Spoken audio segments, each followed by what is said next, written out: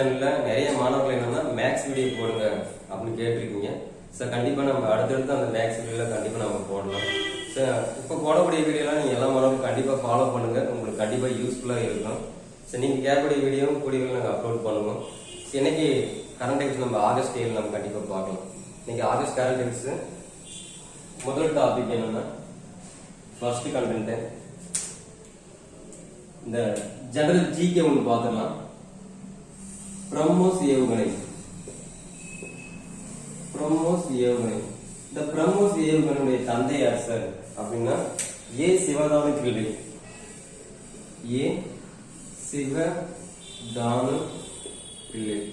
பிரம்மோஸ் ஏவுகணையுடைய தந்தை யாருன்னா ஏ சிவதானு பிள்ளை. ஜெனரல் இது ரிலேட்டடா உங்களுக்கு முக்கியமான நபர்கள் நான் சொல்றேன் பாருங்க. விண்வெளி துறை இருக்கு. விண்வெளி துறையுடைய தந்தை யாருன்னா விக்ரம் சாராபாய் அப்படின்னா, அணுசக்தி துறையுடைய தந்தை யாருன்னா ஹோமி பாபா அப்படின்னா, ஏவுகணை துறையுடைய தந்தை யாருன்னா அப்துல் கலாம். இதெல்லாம் ரிலேட்டட் நீங்க கண்டிப்பா தெரிஞ்சுக்கலாம். நெக்ஸ்ட் கண்டென்ட் நம்ம பார்க்கலாம். ஆகஸ்ட் 7 வரலாற்றுல முக்கியமானது. ஆகஸ்ட் 7 1905 என்ன தொடங்கப்பட்டனா சுதேசி இயக்கம். சுதேசி இயக்கம் தொடங்கப்பட்ட ஆண்டு 1905 ஆகஸ்ட் 7. சுதேசினா என்னன்னா சொந்த நாடு. உள்நாட்டுல உற்பத்தி செய்யக்கூடிய பொருட்களை தான் நம்ம வந்து வாங்கணும். அதனுடைய முன்னேற்றத்துக்காக தான் மக்கள் ஒத்துழைக்கணும் அப்படின்றதுக்காக தொடங்கப்பட்டது என்னன்னா இந்த சுதேசி இயக்கம்.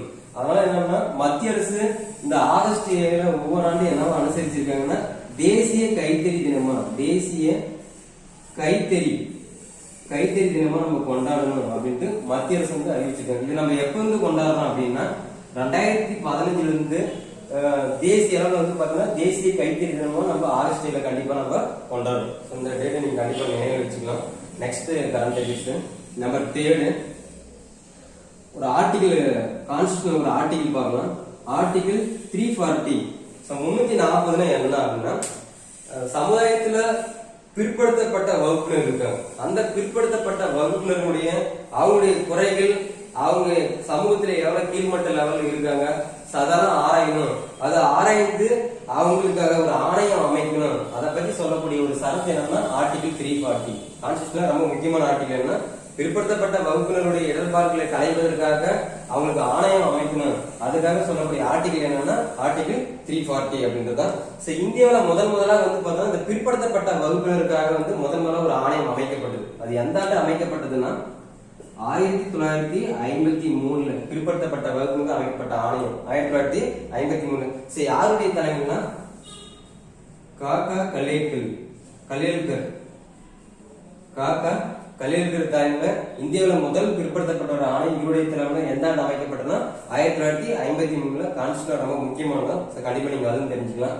நம்பர் 4 என்ன அப்படின்னா நம்பர் 4 பார்க்க போறோம். ஜம்மு காஷ்மீரை பத்தி ஒரு நிகழ்வு பார்க்கலாம். ஜம்மு காஷ்மீரை பத்தி பார்க்கலாம். அண்மையில ஜம்மு காஷ்மீர் வந்து ஏற்கனவே நம்ம சொல்லியிருப்போம் கிளாஸ்ல. ஜம்மு காஷ்மீர் ஏற்கனவே மாநில அந்தஸ்தை பெற்றிருந்துச்சு.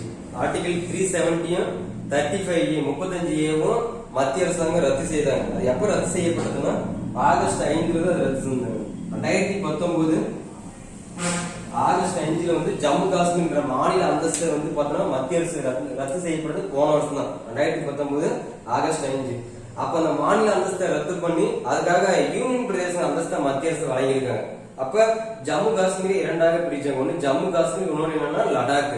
அப்ப இரண்டாக பிரிச்சு இப்ப இந்தியாவில மொத்தம் டோட்டலா 9 யூனியன் பிரதேசங்கள் இருக்கு. ஏற்கனவே ஜம்மு காஷ்மீருக்கு துணைநிலை ஆளுநர் இருந்தவர் யாருன்னா கிரீஷ் சந்திர முர்மு. அவர் தான் துணைநிலை ஆளுநர் இருப்பாரு. அண்மையில அவர் தன்னுடைய பதவியை ராஜினாமா செய்துட்டு போயிட்டாரு. இப்ப ஜம்மு காஷ்மீருடைய புதிய துணைநிலை ஆளுநர் யாரு அப்படின்னா அவர் பேரு புதிய துணைநிலை ஆளுநர். ஜம்மு காஷ்மீர் மாநிலத்துடைய புதிய துணைநிலை ஆளுநர் யாருன்னா மனோஜ் சின்ஹா. அவர் ஜம்மு காஷ்மீர் மாநிலத்துடைய புதிய துணைநிலை ஆளுநர். அவர் பதவி ஏற்றிருக்காரு. ஓகே, இதுக்கு முன்னாடி யார் இருந்தாருன்னா கிரீஷ் சந்திர முர்மு. ஜம்மு காஷ்மீர் அந்த யூனியன் பிரதேசத்துடைய முதல் துணைநிலை ஆளுநர் கிரீஷ் சந்திர முர்மு தன்னுடைய பதவியை ராஜினாமா பண்ணிட்டாரு. அடுத்து புதிய ஆளுநர் யார பதவி இருக்காருன்னா மனோஜ் சின்ஹா அப்படிங்கிற. அடுத்து பக்கத்துல இருக்கக்கூடிய லடாக் இருக்கு. அதுக்கு துணைநிலை ஆளுநர் யார் இருக்காருன்னா ஆர் கே மாத்தூர்.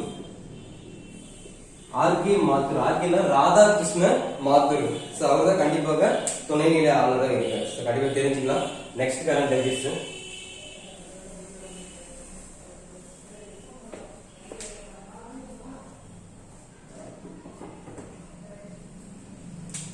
அடுத்த ஒரு முக்கியமான நியமனம், மத்திய அரசின் சிஏஜி, புதிய சிஏஜி நியமனம் செய்திருக்காங்க. சிஏஜினா கம்ப்ட்ரோலர் ஆஃப் ஆடிட்டிங் ஜெனரல். மத்திய அரசுடைய கணக்கு மற்றும் தணிக்கை துறை தலைவர் தான் சிஏஜி. இந்த சிஏஜி யாருன்னா கிரீஸ் சந்திர முர்மு. கிரீஸ் சந்திர முர்மு ஏற்கனவே சொல்லியிருப்பார். ஜம்மு காஷ்மீரினுடைய முதல் துணைநிலை ஆளுநர் கிரீஸ் சந்திர முர்மு. அவர் தன்னுடைய பதவியை ராஜினாமா பண்ணிட்டு இப்ப அவர் எந்த பதவிக்கு நியமிச்சிருக்காங்கன்னா CAG, comptroller of auditing general. அந்த அண்மையில் அதுக்கு பதவிக்கு தேர்ந்தெடுக்கப்பட்டவர் யாருன்னா கிரீஸ் சந்திர முர்மு. இதுக்கு முன்னே யாருன்னா ராஜீவ் மெகரிசின் ஒருத்தர் இருந்திருப்பாரு. இப்போ அவருக்கு அப்புறம் புதிய சிஏஜி. சிஏஜி பத்தி சொல்லக்கூடிய சரத்து கண்டிப்பா தெரியும். ஆர்டிகல் 148 இருந்து 151 வரைக்கும் சிஏஜி அப்படின்னு ரொம்ப முக்கியமான நியமனம். நெக்ஸ்ட், தமிழ்நாட்டினுடைய பொருளாதாரத்தை பார்ப்போம். தமிழ்நாட்டுடைய பொருளாதாரம். இந்த தமிழ்நாட்டுடைய பொருளாதாரம் 2019 to 20 வரைக்கும் புது ரிப்போர்ட் வந்திருக்கு, புதிய கணக்கெடுப்பு வந்திருக்கு. அந்த டீட்டெயில் தான் பார்க்கிறோம். என்னன்னா முதல் கண்டென்ட் 2019 to 20 ஆண்டுக்கான தேசிய அளவில் பொருளாதாரத்துடைய வளர்ச்சி எவ்வளவு இருக்கு, தமிழ்நாட்டு அளவில் பொருளாதாரத்துடைய வளர்ச்சி எவ்வளவு இருக்குன்னு பார்க்கணும். 2019-20 ஆண்டுக்கான தேசிய வளர்ச்சி, பொருளாதாரத்துடைய தேசிய வளர்ச்சி எவ்வளவு இருக்குன்னா 2% இருக்கு. அதே தமிழ்நாட்டுல எவ்வளவு வளர்ச்சி இருக்குன்னா 8.03% இருக்கு. அதாவது தேசிய வளர்ச்சியில தமிழ்நாட்டுடைய வளர்ச்சி அதிகமா இருக்கு. 2019-20 ரிப்போர்ட் சொல்லியிருக்காங்க. செகண்ட் கண்டென்ட் என்னன்னா கரண்ட் பொருளாதார ரிப்போர்ட். கண்டிப்பா கொஸ்டின் கேட்பாங்க. நெக்ஸ்ட் என்எஸ்டிபி. இந்த என்எஸ்டிபி என்னன்னா நெட் ஸ்டேட் டொமஸ்டிக் ப்ரொடக்ஷன். இங்கிலீஷ்ல நெட் ஸ்டேட் டொமஸ்டிக் ப்ராடக்ட். இது 2019-20 ஆண்டுக்கான ரிப்போர்ட் வந்திருக்கு. என்னன்னா ஒட்டுமொத்த மாநில உற்பத்தி. என்எஸ்டிபினா ஒட்டுமொத்த மாநில உற்பத்தி. 2019-20 ஆண்டுக்கான கணக்கெடுப்பு என்னன்னா ஒரு மாநிலத்துடைய தனிநபர் வருமானம். தமிழ்நாட்டை பத்தி நாம பார்க்கிறோம்.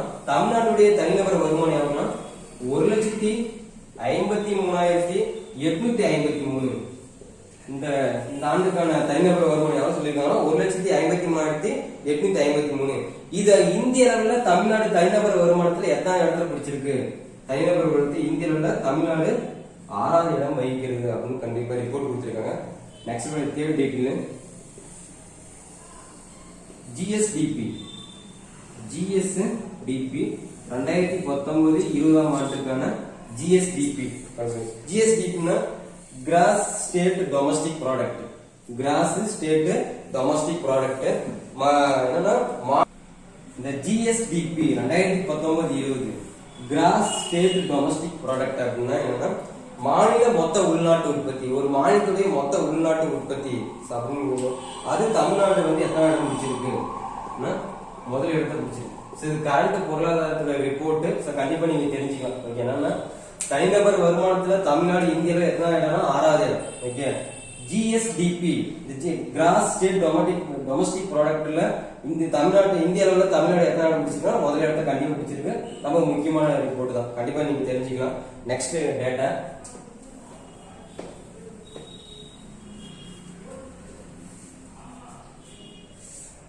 நெக்ஸ்ட் கரண்ட் அஃபேர்ஸ் என்னன்னா ஒரு ஸ்கீம் பிரதம மந்திரி கிருஷி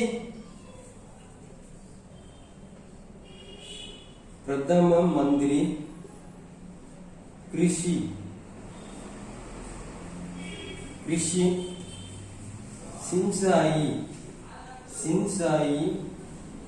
யோஜனா திட்டம் ஸ்கீம் பேரு. இது எப்ப கொண்டு வரப்பட்டனா 2015 கொண்டு வரப்பட்டது. ஓகே, மத்திய அரசு சென்ட்ரல் கவர்மெண்ட் பிரதம மந்திரி கிருஷி சின்சாயி யோஜனா திட்டம் 2015 கொண்டு வரப்படுது. ஒரு ஸ்கீம் இருக்குன்னா அது ரிலேட்டடா அதனுடைய பயன்பாடுகள் எப்படி போயிட்டு இருக்கு அப்படின்றத கண்டிப்பா அந்த தகவல் எல்லாமே வந்துட்டு இருக்கும். பழைய பழைய ஸ்கீம் தான் அதோடைய தொடர்பு எல்லாம் வந்துட்டு கண்டிப்பா கேட்பாங்க. இந்த ஸ்கீம் எதோடைய தொடர்புடையது அப்படின்னா, விவசாயிகள் தங்களுக்கு தேவையான உற்பத்திக்கு தேவையான நீரை வழங்குது. விவசாயி பல்வேறு வேளாண் உற்பத்தியாளர்களா இருக்காங்க. அவங்க அந்த உற்பத்திக்கு தேவை வந்து பார்த்தோம்னா நீரை வந்து பார்த்தோம்னா அரசாங்கம் ஏற்படுத்தி கொடுக்கணும். அதுக்காக மத்திய அரசு தொடங்கப்பட்ட ஒரு ஸ்கீம் தான் பிரதம மந்திரி கிருஷி சிஞ்சாயி யோஜனா. இந்த ஸ்கீம் தொடங்கப்பட்டது எப்படின்னா 2015. Okay, next current affairs. Devlali ஒரு பிளேஸ், தேவ்லாலி டு எங்கன்னா தனப்பூர்.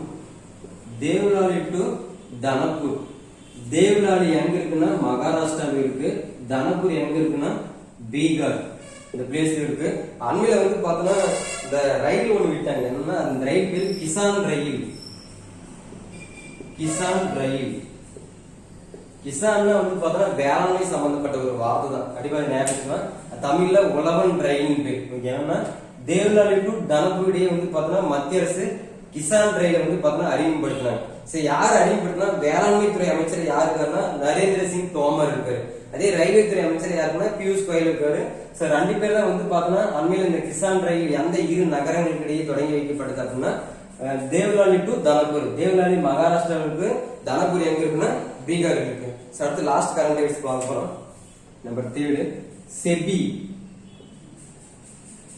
செபினா இங்கிலீஷ்ல security exchange board of India அப்படின்னு பேரு. தமிழ்ல பங்குச்சந்தை ஒழுங்குமுறை வாரியம் அப்படின்னு பேரு. அந்த பங்குச்சந்தை ஒழுங்குமுறை வாரியம் தொடங்கப்பட்ட ஆண்டு எப்படின்னா 1988. சரி, டேட் உங்களுக்கு ஏப்ரல் 12. ஓகே, சரி, என்ன அப்படின்றது தான் இது. இதனுடைய ஹெட் குவார்டர்ஸ் எங்க இருக்குன்னா மும்பைல தான் இருக்கு. சோ இதனுடைய தகவல் என்னன்னா, இதனுடைய செபினுடைய தலைவர் யார் இருக்காருன்னா அஜய் தியாகி தான் இருக்காரு.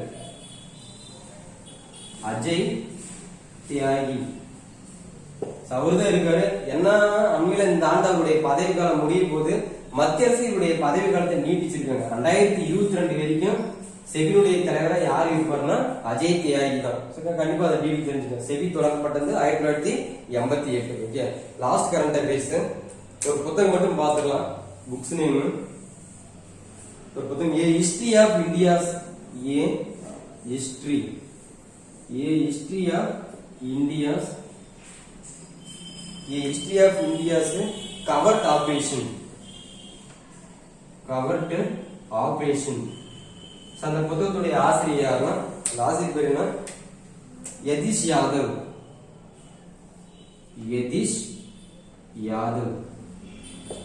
History of India covert operation அந்த புத்தகத்துடைய ஆசிரியர்னா யதீஷ் யாதவ் அப்படின்றதான். இதோட RST 7க்கான நடவடிக்கைகள் கம்ப்ளீட் ஆகுது. தேங்க்யூ.